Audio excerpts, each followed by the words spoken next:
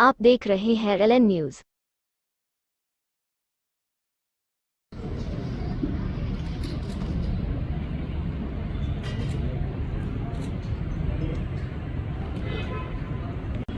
सदर महफिल डॉक्टर साहब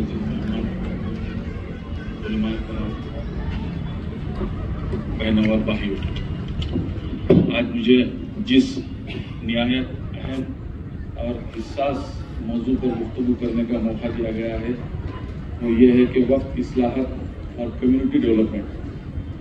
ये मौजू न सिर्फ दीनी और शरई अहमियत रखता है बल्कि हमारे माशरे की तालीमी, माशी और समाजी तरक्की से भी गहरा ताल्लुक रखता है। अब वक्फ के मायने परमानेंट डेडिकेशन टू अल्लाह की रजा के लिए किसी जायदाद, ज़मीन, माल को हमेशा के लिए अवामी फलाही कामों के लिए मखसूस कर देना है। वक्फ ये कोई आम जायदाद नहीं है, ये अल्लाह ताला के नाम पर दी गई अमानत है जो मस्जिद, मदरसा, दरगाह, कब्रस्तान, यतीम खाना के नाम पर क़यामत तक अल्लाह की ही रहेगी। इस अमानत को हालिया वक्त से निकाल कर आने वाली पीढ़ी को सही सलामत सौंपना है। वक्फ का तस्वुर हमें हुजूर अकरम सल्लल्लाहु अलैहि वसल्लम के मुबारक दौर से मिलता है। हज़रत उमर रज़ी अल्लाह ताला अन्हु ने खैबर की ज़मीन वक्फ की तो नबी करीम सल्लल्लाहु अलैहि वसल्लम ने फरमाया, असल को रोक लो और इसका फ़ायदा अल्लाह की राह में लगा दो।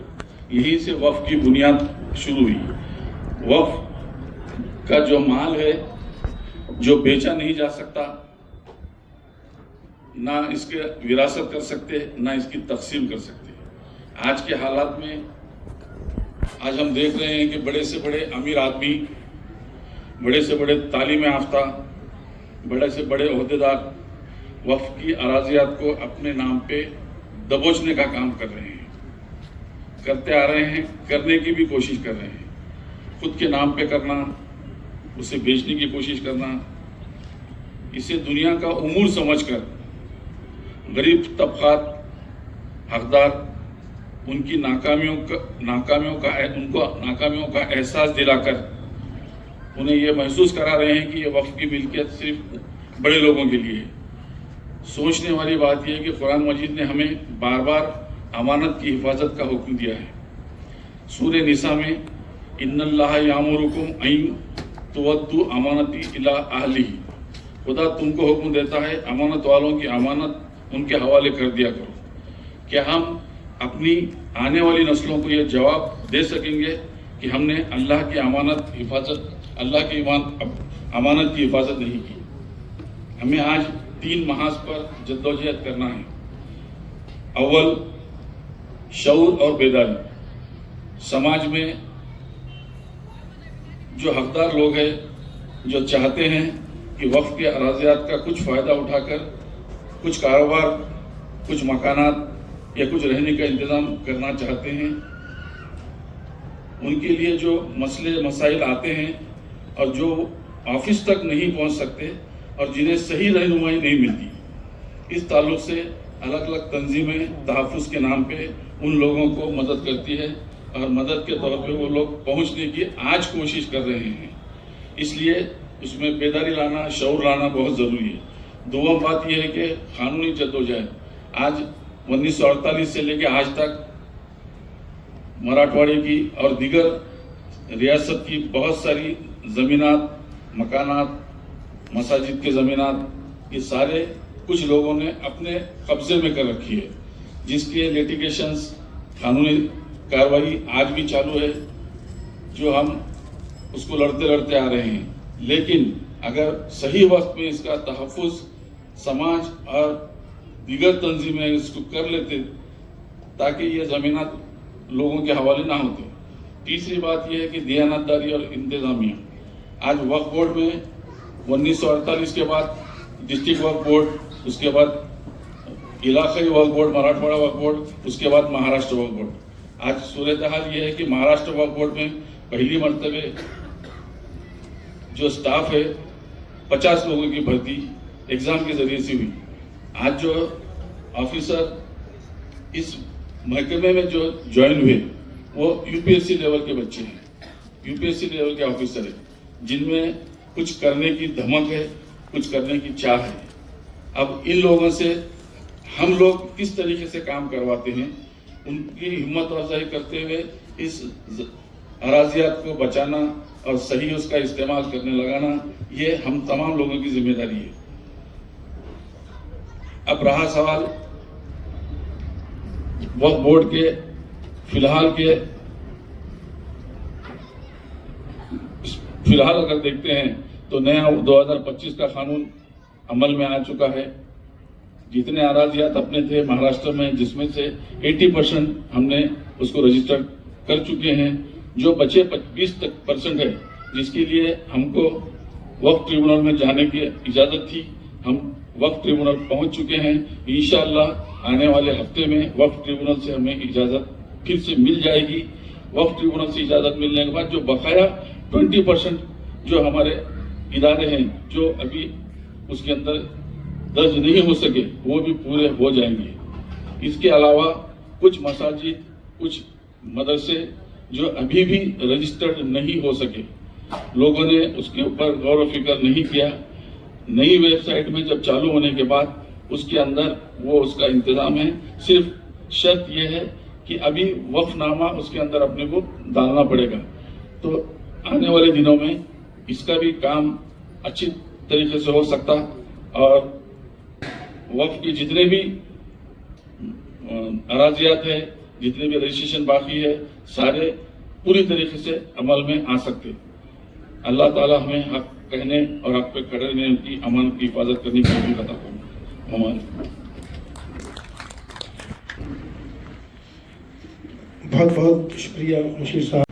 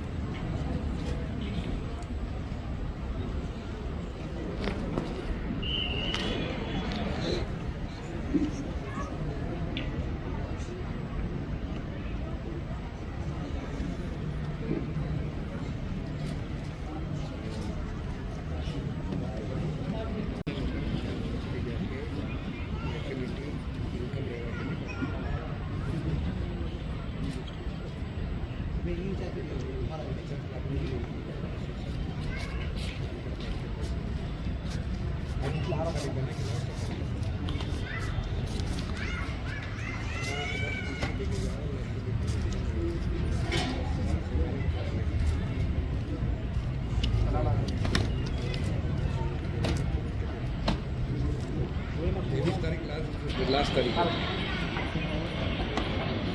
उसको मेरे को नंबर हमारा हम भर देंगे तो कितना मना किया।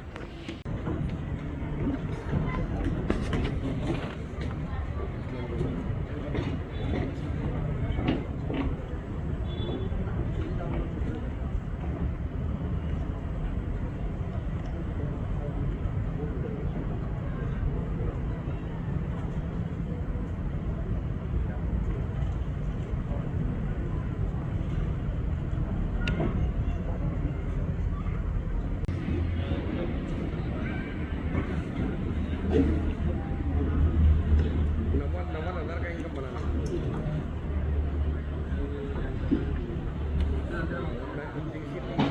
जाओ सर। इलेक्ट्रिसिटी निकाल 300 रुपये लगेंगे।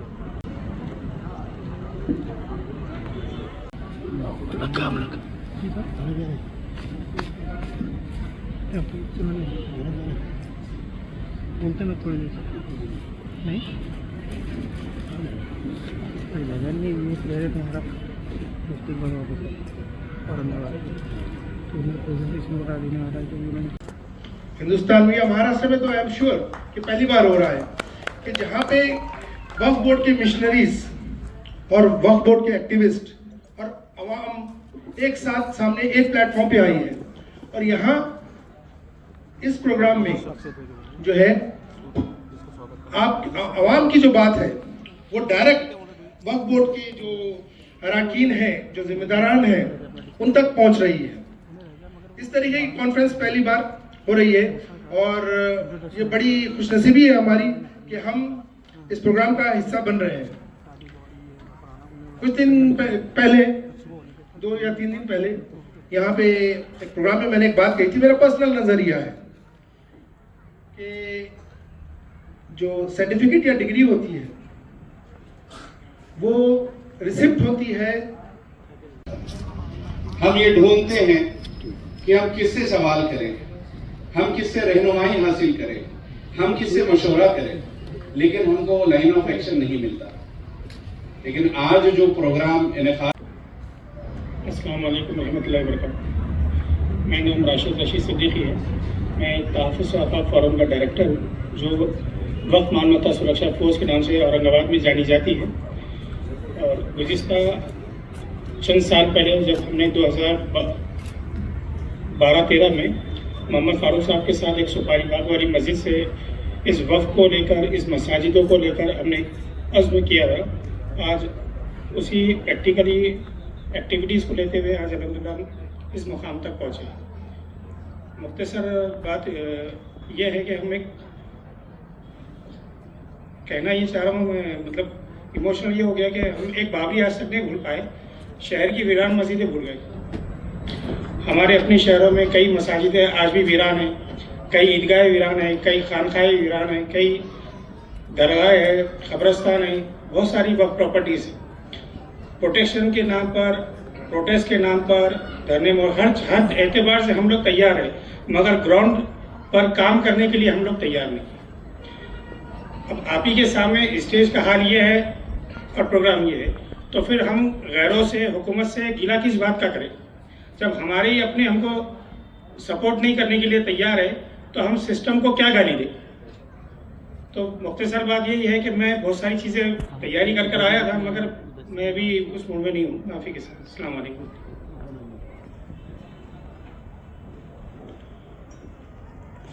बहुत बहुत शुक्रिया राशिद साहब, बहुत अच्छी बात आपने कही कि हम अपने गली मोहल्ले की मस्जिदों को भूल रहे हैं।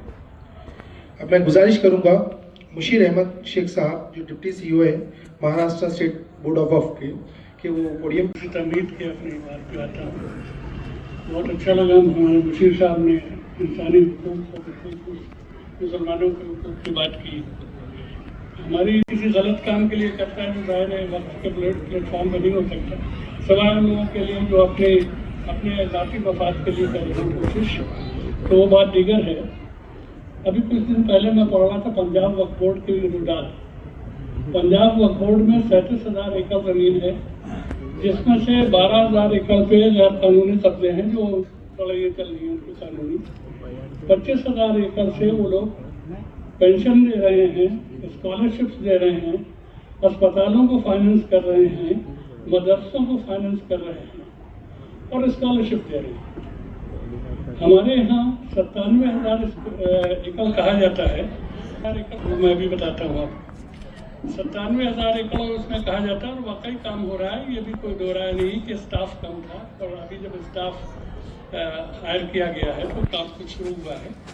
लेकिन मेरा कहना ये है कि बहुत छोटी सी चीज़ है, 2-3 चीज़ें नहीं हुई आज तक, और उसके बारे में RTI पे RTI लगाता रहा, कोई जवाब नहीं आया। मैं दरख्वास्त ये करूँगा कि RTI की ज़रूरत ही नहीं होना चाहिए। ये मुसलमानों की चीज़ें हैं, मुसलमानों के इंस्टीट्यूशन है। इसके बारे में अगर कोई शख्स पूछ रहा है, आप बेशक उसका इंटरव्यू ले लें, बोला कि आप किस हैसियत से पूछ रहे हैं, क्या चाहते हैं आप, तो हम आपको बताएंगे। जैसे मैं बराबर पूछता रहा कि यहाँ का जो पुलिस ऑफिस है इतना बड़ा, वो पूरा प्लॉट का साइज दिया हुआ है 37 एकड़, 37 एकड़। पूना में 37 एकड़ उस मेन रोड पे, वो उसकी क्या मालियत है, उसका किराया क्या आना चाहिए। मैं पूछता रहा कि भाई कोई किराया आ रहा है, कैसे ज़मीन पे वो लोग बैठे हुए हैं, नहीं मालूम है, कोई जवाब नहीं आया। मैंने अपील लगाई तो कोई 4 साल हो गया अपील लगाए हुए, उसकी भी अभी सुनवाई नहीं हुई। एक साथ मैंने 20 अपीलें फाइल कर दी, तो उन्होंने सोचा हो कोई झगड़ालू आदमी है तो सबसे बाद में देखेंगे। बहरहाल मैं आपको बता रहा हूँ कि जहाँ पे हम मिस कर रहे हैं, जो पंजाब में हो रहा है वो यहाँ क्यों नहीं हो रहा। यहाँ पे एक इमारत मुझे दिखी, एक आधे एकड़ ज़मीन होगी मुश्किल से, वो मुझे दिखी और आप यकीन माने देख के एकदम, मैं कोई जज्बाती बात नहीं कर रहा हूँ, जो हुआ मैं बता रहा हूँ, मेरी आंख पे आंसू गया। तो ड्राइवर जिस टैक्सी से मैं ट्रैवल कर रहा था उसने घबरा के देखा, उसने कहा साहब आपकी तबीयत खराब है, वापस तक। मैंने कहा नहीं भाई, कुछ पड़ गया था आंख में। वो क्यों था कि मुझे एहसास हुआ कि इस आधे एकड़ की तरह कितनी ज़मीनें पड़ी हैं पूना में, महाराष्ट्र में। 15 स्टोरी की बिल्डिंग बनी हुई थी, उसमें फ्लैट्स बने हुए थे, ऑक्युपाइड फ्लैट्स थे, उसमें तौलिए लटके, कपड़े लटके, उससे मालूम पड़ा था ऑक्युपाइड, और जल्दी बनी थी। तो आधे एकड़ में मैंने निकाला हिसाब कि कितनी ज़मीन बन सकती है। मालूम आप 15 फ्लोर की बिल्डिंग बन सकती है। 15 फ्लोर की बिल्डिंग बनेगी, उसमें तकरीबन 100 फ्लैट्स होंगे, 70 2 बेडरूम और 30 3 बेडरूम। और पूना के जो हाई यील्ड इलाका है, यानी जो पॉपुलर इलाके हैं, उनमें 3 करोड़ रुपए साल की बचत होगी। और लो यील्ड जो है हमने 2.5 करोड़ आप रख लीजिए। मैं कहता हूँ आप पूरा मिला के एवरेज 1 करोड़ रख लीजिए। 1 करोड़ रुपया आपको आधे एकड़ से आना है। और आपके पास जो एकरेज पड़े हुए हैं, मेरे पास लिस्ट है, ये मुझे इत्तेफाक से मिली, 5 साल पहले मैंने निकाली थी, मुझे खुद यकीन नहीं था। इसके बारे में भी मैंने लगाई RTI, कोई आज तक जवाब नहीं मिला। 791 प्लॉट्स हैं, जिनमें से कुल 35 प्लॉट ऐसे हैं जो 4000 स्क्वायर फुट के हैं 2 जगहों पे, और उसके अलावा 1 एकड़ से लेके 15 एकड़ तक के प्लॉट्स। अब उन प्लॉट्स में बेशक जाहिर है खाली प्लॉट्स नहीं पड़े रह सकते, कुछ ना कुछ हो रहा होगा, कोई रह रहा होगा, किसी ने ऑक्युपाई किया होगा, किसी ने दुकानें बनी होंगी, कहीं पर झुग्गी झोपड़ी होगी, लेकिन इनको देखना हमारा काम है। वक्फ बोर्ड सुपरिटेंडेंट है, पूरे महाराष्ट्र की जो आउटलाइन है, जो जुरिडिक्शन है, वो वक्फ बोर्ड का जुरिडिक्शन है। तो वक्फ बोर्ड को देखना है वहाँ क्या हो रहा है, वहाँ क्या हो रहा है। अच्छा, अब वक्फ बोर्ड की एक उसमें सहूलत है, अगर वो चाहें उसको अवेल करना, कि डिस्ट्रिक्ट कमेटी बनाने का। डिस्ट्रिक्ट कमेटी क्यों नहीं बनती, क्यों उसको जिम्मेदारी नहीं दी जाती कि भाई, क्यों नहीं जिम्मेदारी दी जा सकती कि आप मुआयना करें सब जगह और वक्फ बोर्ड को आप रिपोर्ट करें कि कौन कौन सी प्रॉपर्टीज ऐसी हैं। जैसे माशाल्लाह हमारे यहाँ औरंगाबाद में ये काम हो रहा है, वक्फ माल मत्ता वाले वो काम कर रहे हैं, तो वो ऑफिशियली कमेटी हो सकती है जो दे, तो जो रिपोर्ट दे, तो उस रिपोर्ट को वक्फ बोर्ड की मीटिंग में रखा जाए, देखा जाए और उस हिसाब से काम हो। एक वो चीज़। दूसरे, एनुअल रिपोर्ट वक्फ की असेंबली में हर साल पेश होना है, ये कानून में लिखा हुआ है। मैंने सवाल पूछा, कोई जवाब नहीं आया। मैंने अपील की तो मुझे उस ज़माने में FN खान साहब थे, FN पठान, वो ले गया। उन्होंने धीमे से कहा कि साहब ऐसा क्यों पूछते हैं जो नहीं हुआ। मैंने कहा भाई जवाब दे जो नहीं हुआ। तो एनुअल रिपोर्ट से क्या होगा, एनुअल रिपोर्ट असेंबली में पटल पे रखी जाएगी, और जो चीज़ पटल पे रखी जाएगी आप सब समझते हैं वो अखबार में छपेगी। अखबार में छपेगी तो आपको आगाही होगी कि कितने औकाफ हैं, कितनी ज़मीन है, कहाँ कब्जे हैं, क्या हो रहा है, बाकी के लिए आमदनी के लिए क्या हो रहा है। वक्फ एक्ट में एक और बड़ा इम्पोर्टेंट सेक्शन है 32, उसके 4, 5, 6 डेवलपमेंट के लिए। वक्फ बोर्ड की वेबसाइट के हिसाब से 4 प्रॉपर्टी डेवलप हुई हैं, हालांकि उनकी कोई डिटेल नहीं दी हुई, लेकिन एक तो मैं जानता हूँ वो अक्कल कुआं में वो उनका यूनिवर्सिटी का वो डेवलप हुआ। तो 3000 से ज़ायद प्रॉपर्टीज़ वक्फ बोर्ड के मैनेजमेंट में हैं। उन 3000 में कम से कम 300 तो डेवलप हो सकती थी ऐसे। मैं तो इस हद तक सोचता हूँ कि हमारी मसाजिद, लोग कहते हैं साहब, अभी लखनऊ में मैं था तो वहाँ मौलाना खालिद रशीद फरंगी वाली कहना था कि मस्जिद से और दरगाह से और इनसे कब्रिस्तानों से क्या आमदनी हो सकती है। मैंने सोचा अगर आप अकल लगाएं, आपकी ज़ाती होती तो आप उससे इनकम निकालते, लेकिन वो है अल्लाह ताला की।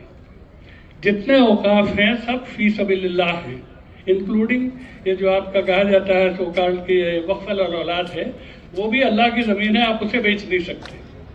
सुप्रीम कोर्ट का कहना है once a Waqf always a वक्फ। जो आप सोचेंगे कि शायद ये तरमीम जो हुई उसके बाद कुछ हालत बदल गई, नहीं बदली, और अभी भी उस पर पूरा फैसला होना है। तो ये सब क्यों हो रहा है? हमारा बोर्ड पंजाब वक्फ बोर्ड से एटलीस्ट ट्वाइस यानी दोनों परफॉर्मेंस दे सकता है। हमारे मसाजिद के पेश इमाम मुअज्जिन किन हालात में रहते हैं वो मुझे यहाँ कहीं नज़र नहीं आ रहे। वो किन हालात में रहते हैं हम सब जानते हैं। 5,000 से लेकर मुश्किल से 10,000 है, वो या ज़्यादा 15,000। मुझे 1.25 लाख रुपए पेंशन मिलती है, गवर्नमेंट सारा मेरा खर्चा बेयर करती है, इलाज का इसका उसका। मेरी हालत टाइट रहती है, तो जो शख्स 15,000 20,000 में कैसे रह लेता है? उसके लिए 1993 का सुप्रीम कोर्ट का फैसला है कि जो आप जिनके पीछे नमाज पढ़ते हैं उसमें ऑल इंडिया उलमा बोर्ड वाले गए थे सुप्रीम कोर्ट में कि साहब पंजाब में ये हो रहा है तो और जगह क्यों नहीं हो सकता। तो गवर्नमेंट ने एतराज़ किया कि साहब इतने रिसोर्सेज नहीं है। तो सुप्रीम कोर्ट ने लिखा कि आपको रिसोर्स पैदा करने पड़ेंगे। कहाँ से रिसोर्स पैदा होंगे ये आपकी लिस्ट है, कोई सी भी आप उठा लीजिए। एक साहब ने मैंने फेसबुक पे डाला तो उन्होंने कहा इसके ऊपर मुझे यकीन नहीं होता। मैंने कहा 1,16,000 में 16,000 मान लो, 16,000 नहीं मानो 160 मान लो, 160 को डेवलप कर लो, मालूम है कितनी इनकम होगी। तो मुझे जो मेरा अपना तजर्बा है और करना है वो सिर्फ उससे कि हमारे रसूल ने ये कहा था, हमारे माशरे का जो दिया था इस्लामी माशरा, कि एक मोमिन जो है दूसरे मोमिन के लिए दीवार की तरह है। यानी ये मतलब हुआ कि सारी ईंटें जुड़ के रहती हैं और मकान में मजबूती पैदा होती है उनके जुड़ने से। एक दीवार दूसरी दीवार से जुड़ी होती है। तो हमारी जो कमज़ोर दीवार है, हमारे कमज़ोर भाई बहन, मुझे आप बिल्कुल अलहदा करते हैं, मेरे साइड से भी नहीं लगता कि मैं किसी सूरत से कमज़ोर हूँ, लेकिन इस सूरत में मैं कमज़ोर हूँ कि मेरी बात नहीं सुनी जाती। क्यों नहीं सुनी जाती? मैं सोचता हूँ कि क्या खौफ है? खुदा नहीं है जो मुझे है। मुझसे कोई पूछता है कि खान साहब इतने दिन से लगे हुए हैं, क्या है? कल भी जब मैं चलने को हुआ तो मेरी बीवी ने कहा क्या बेकार जाके टाइम वेस्ट करो। मैंने कहा भाई मैं नहीं जानता कि अल्लाह ने कौन सी साथ रखी है कि आपकी दुआ मंजूर हो जाए, आपकी कोशिश मंजूर हो जाए। तो ये चंद चीज़ें करवा दें, डेवलपमेंट पे अटेंशन पे करें, ये अपनी डिस्ट्रिक्ट काउंसिल्स बनाएं और 3 महीने का टाइम लेके चलें। हर 3 महीने में एक प्रॉपर्टी हम डेवलप करेंगे, कर सकते हैं। और हमारी कौम में माशाल्लाह माहिरीन की कमी नहीं है। आपको ढूंढना है कई जगह से, वो खुद से नहीं हाथ उठाएंगे, दूसरे कहने वाले मिलेंगे साहब ये इनसे पूछो, ये करेंगे, तो आप बहुत कुछ कर सकते हैं। अब इतनी बात मैंने करी तो मुझसे लोगों ने पूछा कि साहब पैसे कहाँ से आएंगे। अब मैं आपको अपनी जायदाद जिसका मैं मुतवल्ली हूँ बता दूँ।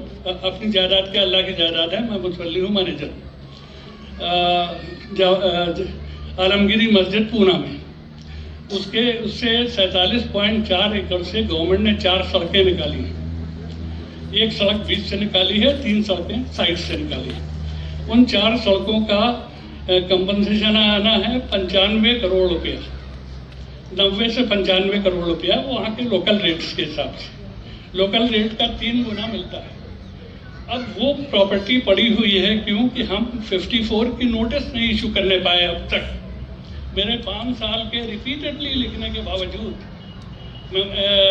CEO साहब से मिलने के बावजूद, CEO साहब नहीं है, वरना वो कहते कि हाँ मैं उनसे मिला, मैंने कहा कि भाई नोटिस तो इशू करो ना, बाकी सब हम काम कर रहे हैं, ट्रिब्यूनल में लड़ रहे हैं, कमीशन के यहाँ जा रहे हैं, रेवेन्यू से देख रहे हैं, लेकिन वो तो करो। तो अब आप सोचिए कि वो 95 करोड़ रुपया जो गवर्नमेंट उसके ऊपर कोई इंटरेस्ट नहीं देगी कि इंटरेस्ट लायबल हो कि भाई जिस डेट से उन्होंने अप्लाई किया उससे इंटरेस्ट, वो सिर्फ 95 करोड़ दे देंगे। 95 करोड़ में क्या क्या बनता है मैं 3 साल 4 साल पहले सर्कुलेट कर चुका। एक डिग्री कॉलेज बनाना है लड़कियों को जिसमें 70% हमारी जो हिजाबी बच्चियां हैं जिनको दुनिया में दिक्कतें हो रही हैं। आपने देखा परसों हिजाब नोचा के चीफ मिनिस्टर साहब ने नोचा मुझसे, तो हम उनको अपने यहाँ देंगे। 70% सीट हम उनके लिए रिजर्व करेंगे। एक गर्ल्स हॉस्टल बनेगा, एक वर्किंग वीमेन हॉस्टल बनेगा जो कि हमारे यहाँ पूना में नहीं है। बच्चियाँ कैसे कैसे रहती हैं, लोगों को फिक्र होती है कि हमारी बच्चियाँ मुर्तद हो रही हैं। अरे भाई ये फिक्र करते हो तो ये भी तो फिक्र करो ना कि कैसे नहीं हो। तो वो बनाना है। 200 गरीब गुरबा के मकान बनाने, ये सब मैं बता चुका हूँ। इन सब चीज़ों से कोई हमदर्दी नहीं है, कोई अंडरस्टैंडिंग नहीं है। मुझे मैं शिकायत से नहीं कर रहा हूँ, मैं कह रहा हूँ कि बिस्मिल्लाह कीजिए, आज से एक नया दिन शुरू कर दीजिए, इनकी तरफ तवज्जो दीजिए। मुझे ये डर लगता है हर रात जब सोता हूँ मैं कल निंदा उठूंगा नहीं उठूंगा। 76 साल की मेरी उम्र होगी, 77 शुरू हो गई। तो मैं ये ख्वाब होगा नहीं होगा, लेकिन एक मुसलमान की तरह मेरा अक़ीदा है कि जब मुझसे पूछा जाएगा तो मैं बताऊंगा कि अल्लाह मैंने कोशिश की, बाकी तू मालिक था। तो ये चीज़ है। एक आधे एकड़ के प्लाट पे आप, मैंने बताया कि आप इतनी इनकम जनरेट कर सकते हैं और कौम को बहुत डेस्परेटली ज़रूरत है। मेरे पास बराबर लोग आते रहते हैं, टेलीफोन आते रहते हैं कि साहब फलां बच्चे को इतना चाहिए, फलां को इतना चाहिए, फलां को इतना चाहिए। बहुत खतीर सी रकम 500 कभी 1000 में कर देता हूँ, किसी से करा देता हूँ, फिर भी लोग आते रहते हैं। मैं बता चुका हूँ भाई, मेरा काम वक्त की भागदौड़ में बहुत खर्च हो जाता है तो नहीं बचता, मैं मकरूज हो गया, लेकिन फिर भी आते हैं। तो हमारे ये, मैं इससे बता रहा हूँ, अपनी कोई अल्लाह माफ़ करे कोई बड़ाई नहीं है, सिर्फ यूँ बता रहा हूँ कि कौम में बड़ी ज़रूरतें हैं। उन ज़रूरतों को हम कहाँ से पूरा करेंगे? खाली ज़कात, खाली सदक़ात काफ़ी नहीं है। अगर वो काफ़ी होते तो आज ये गुर्बत इतनी क्यों होती? आज एक होटल पर रुका तो मैं उसके जो गार्ड था, उसको बच्चे को मैंने 20 रुपए का नोट दिया। वो 20 रुपए का नोट जो उसने देखा, उसके चेहरे पर जो तशक्कुर था, तो मैंने कहा या अल्लाह, मेरी जेब में रहते हैं पैसे, मैंने तो आज ये शुक्राना नहीं अदा किया जो इसके चेहरे पे है। तो 20 रुपया उस आदमी के लिए इतना इम्पोर्टेंट है। तो हमारी कौम को बहुत ज़रूरत है भाई, और हम सबको जब हम जुड़ेंगे एक दूसरे से। एक बम्बई में जमात इस्लामी ने फंक्शन किया था कोई 3-4 साल पहले कि मुसलमानों को क्या करना चाहिए। तो वहाँ पे मैंने कहा था कि साहब, जब हम अपने गरीब गुरबा का ख्याल करेंगे तभी तो हमारे मकान में कोई आग लगाने आएगा, तो गरीब गुरबा आएंगे। कि जब हमारा वक्त था तो आपने कभी सोचा, हमारी रेहड़ी को धक्का देके किया जा रहा था बाहर। मैं ये भी बात की कि भाई हम अपनी मार्केट्स बनाएंगे, अपनी मार्केट्स बनाएंगे और अंडर कटिंग करेंगे। सारे लोग हमारे यहाँ सौदा लेने आए। जो 50 का जूता बेच रहा है, चप्पल बेच रहा है, हम 30 की बेचेंगे। हम वक्त की ज़मीन को उनको हम इस्टेब्लिश करेंगे। तो थोड़ी सी उम्मीद अब ये है कि गवर्नमेंट बात कर रही है डेवलपमेंट की, हम लोगों ने नहीं किया। ये हुआ कि भाई अब गवर्नमेंट करेगी, लेकिन गवर्नमेंट पे कैसा करेगी, कितना करेगी, अल्लाह बेहतर जानता है।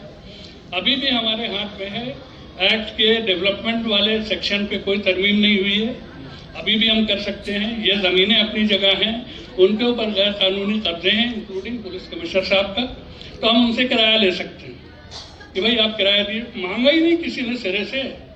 अगर वो किराया मांगा जाता तो आज कितना किराया आता है, इतनी बड़ी बिल्डिंग है, इतने मकानात हैं, सब कुछ है। तो ये काम अब शुरू हो तो कम्युनिटी को कुछ पैसा मिले।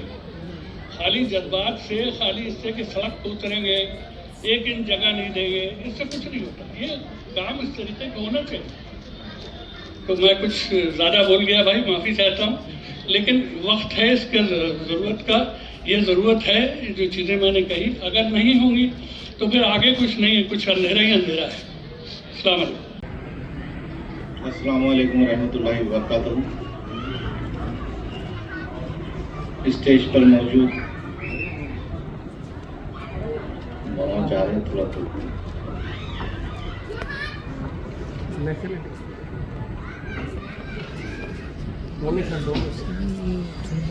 हाजरीन, अभी मुझसे पहले जो मुखर्रिर थे उन्होंने जहां से बात खत्म की, मैं वहां से शुरू करता हूं। अभी इन्होंने एक बड़ी अच्छी बात कही कि आजकल लोगों ने वक्फ करना छोड़ दिया है और वक्फ की जो बची हुई प्रॉपर्टीज है हम उसी, तो वहां पर मुस्लिम माशरे का हम तसव्वुर नहीं कर सकते। मसाजिद अल्लाह का घर है और उनसे लगकर हमारे घर होते हैं। हमारे जिंदगी के तमाम काम जो होते हैं वो मस्जिद में होते हैं। 5 बार हमको अल्लाह के घर से पुकार होती है और हम जाते हैं। हाज़रीन, अभी पिछले दिनों जब अजान लाउड स्पीकर पे ना दी जाए, इस इशू को लेकर जब औरंगाबाद महाराष्ट्र में जो है हाईकोर्ट के ऑर्डर के बाद जो काम शुरू हुआ, उस वक्त हमने एक परेशानी महसूस की। परेशानी ये थी कि मौजूदा मसाजिद जो है इनके टाइटल्स क्लियर नहीं थे। अब जो पुरानी मसाजिद है उनके टाइटल्स तो हम ला नहीं सकते, लेकिन रिसेंटली जो नई आबादियां बनी थी और वहां पर जो मसाजिद थी, जब हमने उनसे बात की कि भाई इसके डॉक्यूमेंट्स लेके आओ, तो उन्होंने कहा नहीं, हमने तो मदरसे का रजिस्ट्रेशन कराया है, ये कराया है, वो कराया है। तो मुख्तसरन ये कि मैं इस नतीजे में पहुंचा कि हम लोगों के दिल में, जब लोगों से मैंने बात की तो ये पता चला कि लोग ये तस्वुर करते हैं कि आज के माहौल में या आज के दौर में हम मस्जिद नहीं बना सकते। किसी ने मुझसे कहा कि उसके लिए होम मिनिस्ट्री की परमिशन की जरूरत पड़ती है वकील साहब, इसलिए हमने जो है तो मदरसे का रजिस्ट्रेशन कराया। मेरे लिए भी बड़ी अचंभे की बात थी कि यार ये क्या हो रहा है। तो मेरे भाइयों, जब से दुनिया कायम हुई है, जब से इस्लाम आया है, तब से मसाजिद और इंशाअल्लाह क़यामत के रोज तक ये बाकी रहेंगी, कायम रहेगी। तो आज भी हम लोग अपनी जायदाद वक्फ में जो मकासद दिए गए हैं उसके तहत वक्फ कर सकते हैं। जरूरत इस बात की है कि उसका वक्फ नामा बनाया जाए। और मेरे भाई, जो भी शख्स वक्फ करना चाह रहा है प्रॉपर्टी, वो वक्फ कर सकता है, उसके लिए कोई प्रॉब्लम नहीं है। लेकिन कुछ चीजों को देखना पड़ेगा। जैसे कि जब मैं अगर मस्जिद की बात करता हूं तो ये असेंबली बिल्डिंग्स में आती है कि यहाँ पर लोग जमा होते हैं। तो सबसे पहले प्रॉपर्टी क्लियर रखिए, जो वक्फ कर रहे हो, डिस्प्यूटेड प्रॉपर्टी वक्फ मत कीजिए। दूसरे, वो कौन से जोन में आ रही है डेवलपमेंट की, अगर येलो में है तो आप बिल्कुल बना सकते हैं। डेवलपमेंट लॉज के मुताबिक मसाजिद के लिए जो है असेंबली हॉल्स जो होते हैं उसके लिए जो परमिशन मिलती है वही कानून को आपको जो है अमल करके उसके ऊपर आप बिल्डिंग जो है म्युनिसिपल कॉर्पोरेशन से तामीर की इजाजत लेकर बना सकते हैं। ये आपने कहां से कॉन्सेप्ट डाल लिया कि मस्जिद बनाने के लिए जो है तो इजाजत नहीं है, उसके लिए होम मिनिस्ट्री से ये लेना पड़ता है। ये गलत तस्वुर है, इसको दूर कीजिए। वैसे ही जहां तक मेरी मालूमात का ताल्लुक है, मैं इसी शहर में पला बड़ा, मैं पैदा ही हुआ हूं। मैं जब से देख रहा हूं कि हमारे पास जो कब्रस्तान है वो वक्फ बोर्ड के या म्युनिसिपल कॉर्पोरेशन के कोई कब्रस्तान नहीं है। यहाँ पर एक या दो होंगे शायद। अब अगर हम देखें तो म्युनिसिपल कानून के मुताबिक तो ये जिम्मेदारी म्युनिसिपल कॉर्पोरेशन की है कि हिंदुओं के लिए शमशान भूमि, क्रिश्चियनों के और मुसलमानों के लिए कब्रस्तान प्रोवाइड करने की जिम्मेदारी उनकी है। लेकिन चूंकि हम रियासत हैदराबाद का एक हिस्सा थे, वहां पर एक उमूर मजहबी था और वहां पर ये लोगों ने जो हमारे कब्रस्तान के लिए डोनेट की, तो हम वही कब्रस्तान आज तक इस्तेमाल कर रहे हैं। अभी शहर में अगले 40 साल के लिए डेवलपमेंट प्लान बना, लेकिन म्युनिसिपल कॉर्पोरेशन की तरफ से उसके अंदर जो है कब्रस्तान के लिए प्रोविजन नहीं रखा गया। हमारे जो एक्सिस्टिंग कब्रस्तान आज जो है औरंगाबाद में है वो सब फुल हो चुके हैं, उन पर कब्जे हो चुके हैं। लेकिन हमको इस चीज की फिक्र नहीं है। जब सिटी का डेवलपमेंट प्लान बन रहा था तो हर कोई अपनी जगह बचाने की फिक्र में था, हर एक को येलो जोन चाहिए था। लेकिन अल्लाह के घर के लिए या कब्रस्तानों के इसके लिए किसी भी अवामी नुमाइंदे से कहीं से ये बात नहीं आई कि मुसलमान जो है, इनकी आबादी जब इस शहर में बढ़ी है तो जब ये लोग इंतकाल भी करेंगे और इनके लिए जो जरूरत भी पेश आएंगी। लेकिन बढ़ती हुई आबादी के बाद हमने वो किया क्या? आज जाकर आप देखिए कब्रस्तानों का क्या हाल है। हम लोग जो है अभी हमारा जो फिक्स डिपॉजिट था उसमें से इस्तेमाल कर रहे हैं। लोगों में अब ये होना चाहिए कि लोग जो है बड़ी बड़ी चीजें बना रहे हैं। अरे अपने लिए मसाजिद और कब्रस्तान आप बनाकर जाए। जो ऑलरेडी डिस्प्यूटेड है उनको छोड़े, क्लियर प्रॉपर्टी है। अल्लाह ताला ने कौम में लोगों को नवाजा है और वो लोग ये काम बहुत अच्छे तरीके से कर सकते हैं। इस चीज के लिए जो भी लीगल उसकी जरूरत पड़ेगी मैं तैयार हूं। बोर्ड है। अब एक मिसकॉन्सेप्शन लोगों में और ये है, और मैं माफी के साथ अर्ज करता हूं कि लोग बोर्ड पर भरोसा नहीं करते। लोग समझते हैं कि हम वहां रजिस्टर करेंगे तो वो, मैं आगे नहीं बोलना चाहता, चैरिटी कमीशन में जाकर रजिस्टर करवाते। ये चीज गलत हो रही है। जो चीज वक्फ है, औकाफ की है, वो रजिस्टर्ड होना चाहिए। हो सकता है बोर्ड में कुछ प्रॉब्लम्स है तो बोर्ड के लोगों से हम निपटे ना। लेकिन इसका मतलब यह है कि हम वक्फ कानून छोड़कर चैरिटी कमिश्नर के पास जाकर उसको ट्रस्ट में वगैरह में जो रजिस्टर करवा रहे हैं, ये चीजें बंद होना चाहिए। और हमारी जो कम्युनिटी है उसकी जरूरतों को मद्देनजर रख, अभी डॉक्टर साहब बता रहे थे, अब्दुल जब्बार साहब बता रहे थे कि वो जो डेवलपमेंट वाले सेक्शन है वो चेंज नहीं हुए। मैंने भी कई बार गौर किया उसके अंदर कि स्कूल, हॉस्पिटल्स वगैरह के लिए जो उसके अंदर प्रोविजंस दिए हुए हैं उस पर आज तक अमल नहीं हुआ। ठीक है, आज तक अमल नहीं हुआ होगा, लेकिन अभी भी वक्त है कि हम लोग इसके अंदर बहुत कुछ कार्रवाई कर सकते हैं। और वक्फ की जो प्रॉपर्टी है वो प्रॉपर्टी मुसलमानों के इस्तेमाल में आए, इसके लिए कोशिशें कर सकते हैं। इसके लिए हमें दावत दी, बोलने का मौका दिया, इसलिए मैं ऑर्गेनाइजर्स का शुक्रिया अदा करता हूँ। सलीम खान साहब, अब मैं अगले मेहमान से कोई दावत सुखन देता हूँ जो प्रेसिडेंट हैं नुमाइंदा काउंसिल के, social activist, reformer Ziauddin Siddiqui साहब। चुनाव भी चल रहा है, आचार संहिता भी है, तो उसको ध्यान में रखते हुए मैं बहुत ज़्यादा आपके सामने नहीं बोल पाऊंगा, लेकिन जितने भी हमारे वक्ता यहाँ पे मौजूद थे जिन्होंने अपनी तकरीर की, बहुत ही तफसील के साथ उन्होंने सारी चीज़ों को रखा, और उन सारी चीज़ों में बहुत ऐसी चीज़ है जिसे हमें भी सीखने की ज़रूरत है, हमारे महाराष्ट्र बोर्ड को भी सीखने की ज़रूरत है, उसमें इजाफा करने की ज़रूरत है। इंशाल्लाह यहाँ आना और आप लोग जो यहाँ पे बैठे हैं, ये कुर्बानी ज़ाया नहीं होगी। आने वाले दिनों में हम अपने शहर के लिए, अपने समाज के लिए यकीनन कुछ बेहतर करेंगे। दोस्तों, अल्पसंख्यक समाज और खासकर मुस्लिम समाज को विकास की मुख्य धारा से जोड़ने के लिए हमें एक बासित सिद्दीकी साहब नहीं, या नौमान सिद्दीकी साहब नहीं, या अकरमुल जब्बार साहब नहीं, मुझे लगता है सैकड़ों अकरमुल जब्बार, सैकड़ों बासित अली, सैकड़ों डॉक्टर ज़ैदी पैदा करने पड़ेंगे अगर जो अपने समाज को विकास की मुख्य धारा से जोड़ना है। और एक दो चीजें मैंने यहाँ पे ऑब्जर्व की कि मुझे लगता है कि किसी चीज को की तरक्की के लिए हमें मिलकर काम करना होगा। हमें सिर्फ तनकीद, देखो तनकीद बहुत जरूरी है। बशीर बदल साहब का शेर है कि मुखालफत से मेरी शख्सियत संवरती है, मैं दुश्मनों का बहुत एहतराम करता हूँ। तो तनकीद भी होनी चाहिए, लेकिन तनकीद के साथ साथ डायलॉग भी होने चाहिए। तो आने वाले दिनों में इंशाल्लाह हम लोग एक दो प्रपोजल पे बहुत गहराई से काम कर रहे हैं।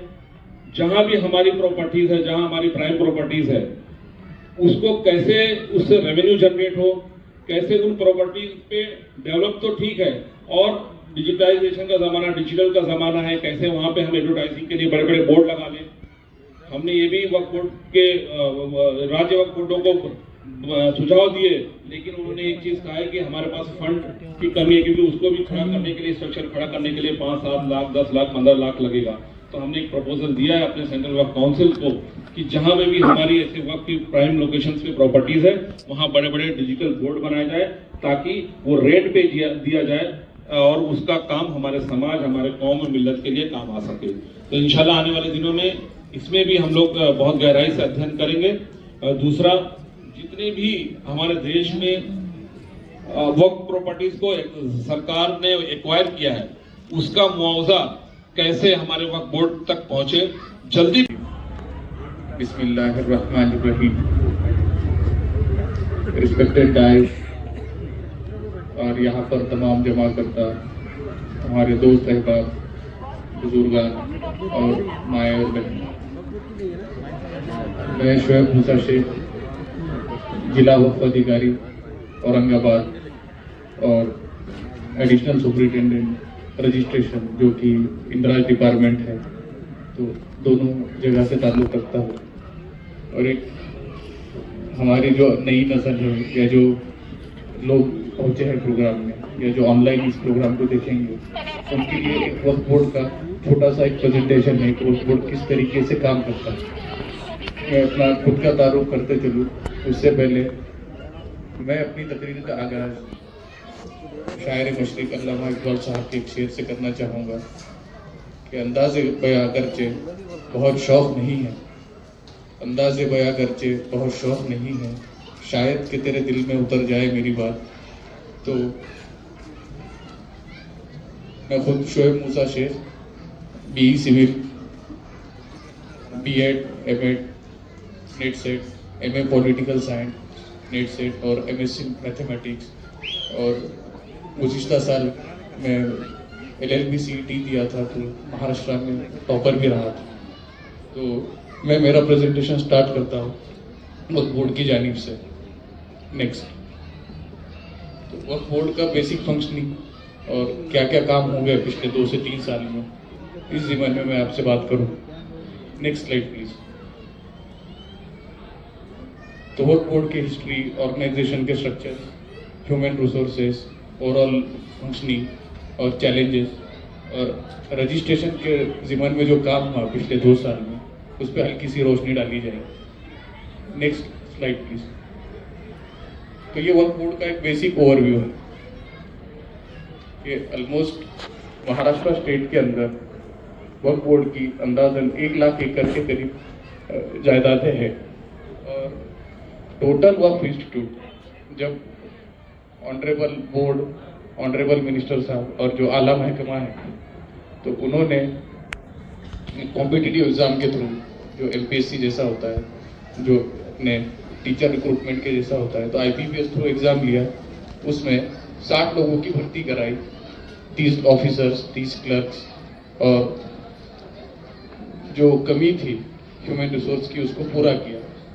तो ऑलमोस्ट हम लोग जब इंडक्ट हुए यहाँ पे वक्फ बोर्ड में, तो 13,000 के करीब वक्फ इंस्टीट्यूट पूरे महाराष्ट्र में रजिस्टर्ड थे, 13,000। तो पिछले 2 साल में अल्हम्दुलिल्लाह इस वक्फ बोर्ड के कारकर्दगी में अभी आज का जो है, तो आज के दिन महाराष्ट्र वक्फ बोर्ड के साथ 36,117 वक्फ इंस्टीट्यूशंस रजिस्टर्ड किए गए, जिसमें मैक्सिमम वक्फ के इदारे बोर्ड ने खुद रजिस्टर किए हैं। उसके बाद जो एसेट्स होते हैं वक्फ बोर्ड के पास, जैसा कि मस्जिद, मदरसे, दरगाह, कब्रस्तान, अशुरखाने, ईदगाह और दीगर जो हमारी ज़मीनात होती है, जो इनामी ज़मीनात होती है, खिदमत माश होती है, तो उनको प्रॉपर्टीज़ में कंसिडर किया जाता है, जो कि इमूवेबल और मूवेबल प्रॉपर्टीज़, यानी जिस तरीके के फैंस होते हैं या जो भी रोज़कर्दा की जो चीज़ें इस्तेमाल की होती हैं, तो मूवेबल प्रॉपर्टीज में उनका जिक्र आता है। उसके बाद जो वक्फ बोर्ड सर्विसेज जो देता है, तो वक्फ बोर्ड की जो पब्लिक सर्विसेज है या वक्फ सर्विसेज है, वो क्या है? सबसे पहली वक्फ की सर्विस है कि वक्फ बोर्ड में रजिस्ट्रेशन कराना, जो कि सबसे पहला सुतून है। रजिस्ट्रेशन अल्हम्दुलिल्लाह वक्फ बोर्ड में आज के दिन 36,000 से ज़्यादा है। पिछले 1.5 साल के अंदर तकरीबन इस बोर्ड, ऑनरेबल CO साहब, डिप्टी CO साहब और स्पेशल सुपरिटेंडेंट साहब की रहनुमाई में वक्फ बोर्ड ने पिछले 1.5 साल में तकरीबन पूरे स्टाफ की मेहनत से 23,000 से ज़्यादा वक्फ के इदारे रजिस्टर किए हैं। उसके बाद तो ये जब रजिस्टर करते हैं आप इदारे, तो उसके लिए संभालने के लिए वक्फ बोर्ड मैनेजिंग कमेटी का, आप जब एप्लीकेशन करते हैं, मैनेजिंग कमेटीज़ देता है, मुतवल्ली बनाता है या एडहॉक कमेटीज़ देता है। अगर ये भी पॉसिबल ना हो तो रिसीवर्स और जो भी है एडमिनिस्ट्रेटिव ऑफिसर्स प्रोवाइड कर सकता है। उसके बाद आपको उन कमिटीज़ के ज़रिए ऑडिट, सालाना बजट पेश करना होता है। उसके बाद लीज, रेंट्स या 11 महीने के, 3 साल के, 30 साल तक के, मैक्सिमम जो है सेक्शन 50 के तहत 30 साल तक के किराएनामे वैलिड हैं। उससे ज़्यादा कोई किराएनामा नहीं है या कोई वैलिडिटी नहीं है। और दूसरी चीज़ें जो है कि वक्फ क्या है, तो वक्फ अल्हम्दुलिल्लाह रसूलुल्लाह के ज़माने से लेके आज तक कायम है। एक ज़माने में मुस्लिम महाशरे का चलने का इंजन रहा है वक्फ। छोटी से छोटी चीज़ को लेकर बड़ी से बड़ी चीज़ के लिए वक्फ काम में आता था। तो जो पहले जो है आज़ादी के दौर से पहले ब्रिटिश राज में मुसलमानों का एक्ट हुआ करता था या निज़ाम गवर्नमेंट में उम्र मजहबी हुआ करता था। तो पहला जो एक्ट आया 1954 में वक्फ एक्ट आया। तो वक्फ एक्ट के तहत यहाँ पे पंचक्की में मराठवाड़ा वक्फ बोर्ड बना था। इसमें कई सारे अमेंडमेंट्स आए और एक्सटेंसिव सर्वे हुआ। तो मराठवाड़ा के तकरीबन तालुकास के लिए और पूरे ज़िले के लिए काफ़ी सारे गैजेट्स 1973 से लेके 1980 तक छपे। उसमें ऑलमोस्ट 70 to 80% जो प्रॉपर्टीज़ थे वो कवर हो गए।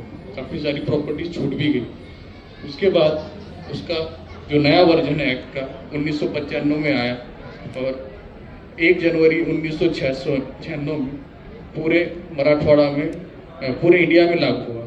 तो तब तक यहाँ पर मराठवाड़ा के लिए मराठवाड़ा वक्फ बोर्ड था और नॉन मराठवाड़ा के लिए लोग चैरिटी कमीशन जी धर्मादाय आयुक्त के पास अपनी प्रॉपर्टीज, वक्फ की प्रॉपर्टीज रजिस्टर कराते थे, क्योंकि कोई और दूसरा जरिया नहीं था। B नंबर्स उनको मिला करते थे। A नंबर किसी और रिलीजियस ग्रुप के लिए, C नंबर किसी और रिलीजियस, वैसे B नंबर मुस्लिम रिलीजियस इंस्टीट्यूशंस के लिए हुआ करते थे। तो 95 का एक्ट आने के बाद तो वो सारे जो बी नंबर वाले हैं तकरीबन सारे इदारे महाराष्ट्र वक्फ बोर्ड में मुंतकिल होना ज़रूरी थे, लेकिन कुछ लिटिगेशंस की वजह से और कुछ चीज़ों की वजह से वो बहुत सारी चीज़ों में दिक्कतें आ रही थी। तो सेकंड जो कमिश्नर थे सर्वे कमिश्नर एक्ट के थ्रू 1997 में बैठे, जो बाइफर्केशन कमेटी थी, उसमें कौन सी प्रॉपर्टीज चैरिटी रहेंगी, कौन सी प्रॉपर्टीज वक्फ रहेंगी, इसका इनकाद हुआ। उसके बेसिस पे गैजेट्स आए और 2022 में जो 2003 और 4 के गैजेट्स थे उसको सुप्रीम कोर्ट ने फाइनल माना कुछ प्रॉपर्टीज को छोड़कर। उसके बाद महाराष्ट्र स्टेट बोर्ड ऑफ वक्फ का इनकाद 2003 में हुआ। जिस तरीके से कि अभी एक हमारे जो सीनियर सर है एजे खान साहब बता रहे थे कि 2002 से 3 तक आज तक बोर्ड की रिपोर्ट्स आई नहीं, तो अल्हम्दुलिल्लाह सर को बताते हुए खुशी हो रही है कि पिछले सेशन में बोर्ड ने 2002 और 2003 से लेकर 2017-18 की रिपोर्ट्स पूरी अपने सदन के पटल पर रखी है। और जो नेक्स्ट सेशन होगा तो इंशाल्लाह उसमें 2025 और 26 तक की रिपोर्ट्स पूरी मुकम्मल की जाएंगी, वह बोर्ड का रेगुलराइजेशन किया जाएगा और जो मुकम्मल बैकलॉग जो है हटाया जाएगा।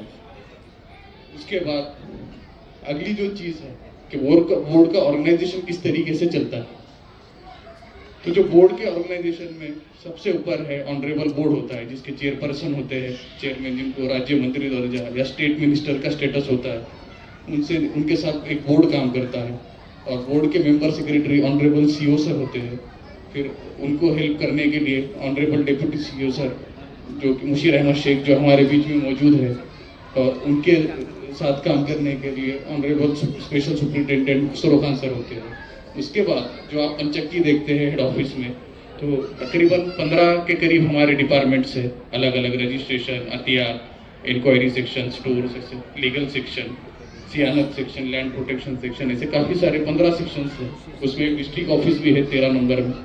तो वहाँ पे हर सेक्शन के अपने इंचार्ज और ऑफिस सुपरिटेंडेंट होते हैं, उनके हेल्प करने के लिए सीनियर क्लर्क्स और प्यून होते हैं। उसी तरीके से अल्हम्दुलिल्लाह अभी तकरीबन महाराष्ट्र में पहले सिर्फ 8 और बाकी रीजनल ऑफिसेस 10 से 11 ऑफिसेस हुआ करते थे।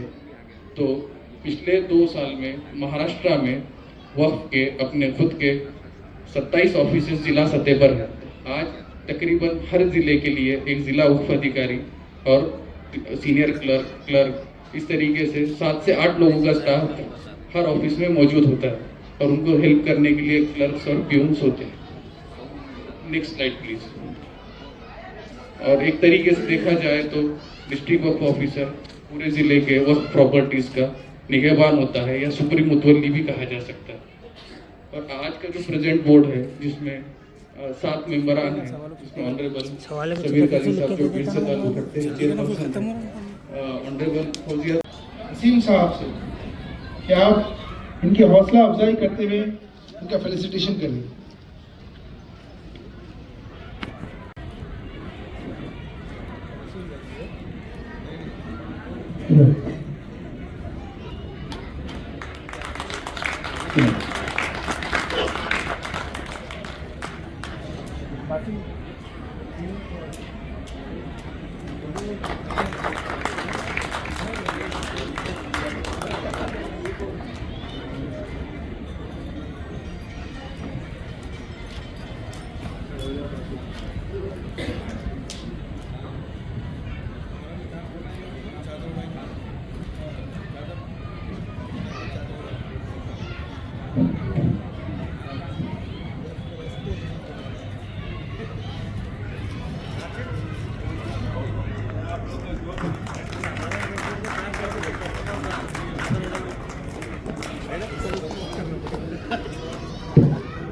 इंतजार करते हैं।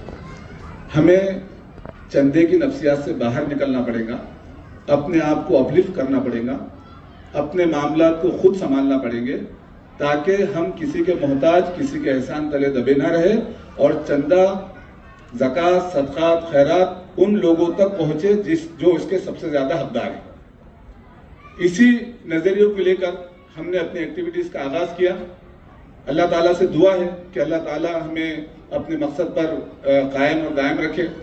हमारे बाद आने वाले लोग जो भी इस चीज को संभालेंगे, मैं उन लोगों से भी उम्मीद करता हूं और अल्लाह ताला से दुआ करता हूं कि वो इस पूरे मामले को इसी तरह से लेकर चले जिस तरह से हमने उसे सोचा है, बल्कि उसके अंदर और बेहतरी लेकर आए। आइंदा आने वाले दिनों में हमारे जो अज़ाइम हैं वो ये है कि हम इंशाल्लाह बहुत जल्द एक CBSE इंग्लिश और सेमी इंग्लिश मीडियम का स्कूल 1st to 12th लेकर आ रहे हैं। इंशाल्लाह बहुत जल्द आपके सामने ये ऐलान होगा कि हम ये कब लेकर आ रहे हैं। दूसरा, हम मुस्लिम समाज के लिए स्पेशली ग्रांटेड जो उर्दू स्कूल्स है, हमारे पास उर्दू स्कूल्स की हालत यह है कि किसी भी स्कूल में साइंस लैब नहीं है। कल आप लोगों ने यहाँ पर साइंस फेयर देखा है।